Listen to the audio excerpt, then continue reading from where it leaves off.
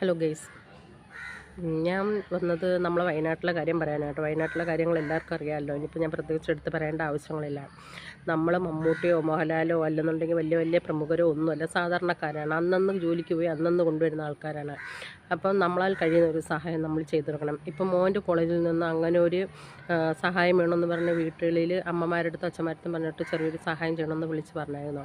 അപ്പോൾ എന്നെക്കൊണ്ട് പറ്റുന്നത്, ഇപ്പം ഞാനൊരു വീട്ടു ജോലിക്കാരി, എൻ്റെ ഒരു വരുമാനം നിങ്ങൾക്ക് എല്ലാവർക്കും അറിയാം എത്ര രൂപ കിട്ടുമെന്ന്. അപ്പോൾ ഞാനൊരു വീട്ടു ജോലിക്കാരിയാണ്. എൻ്റെ കയ്യിലുള്ളത് ഞാൻ അവർക്ക് കൊടുത്തു. ഒരു 5 കിലോ അരിയും 2 കിലോ അവിലും വാങ്ങിച്ചു കൊടുത്തു. അപ്പം നിങ്ങൾ ഓരോരുത്തരും നിങ്ങളെ കയ്യാൽ കഴിഞ്ഞ് നിങ്ങൾ അവർക്ക് സഹായിക്കണം. ഒരു ബിസ്ക്കറ്റ് വാങ്ങിച്ചു കൊടുത്താൽ ഒരു നേരത്തെ അവരുടെ വിശപ്പടക്കാൻ പറ്റും. അപ്പം പറ്റുന്നത് എന്താണെന്ന് വെച്ചാൽ അതെല്ലാവരും കൊടുത്ത് സഹായിക്കുക. നമ്മളെക്കൊണ്ട് ഇത്രേ പറ്റൂ. ഫ്ലാറ്റുകൾ വെച്ച് കൊടുക്കാനോ വീടുകൾ വെച്ച് കൊടുക്കാനോ അല്ലെന്നുണ്ടെങ്കിൽ ലക്ഷങ്ങൾ കൊടുത്ത് സഹായിക്കാനോ പറ്റത്തില്ല. അപ്പം പറ്റുന്ന രീതിയിലുള്ള സഹായങ്ങൾ എല്ലാവരും ചെയ്യുക.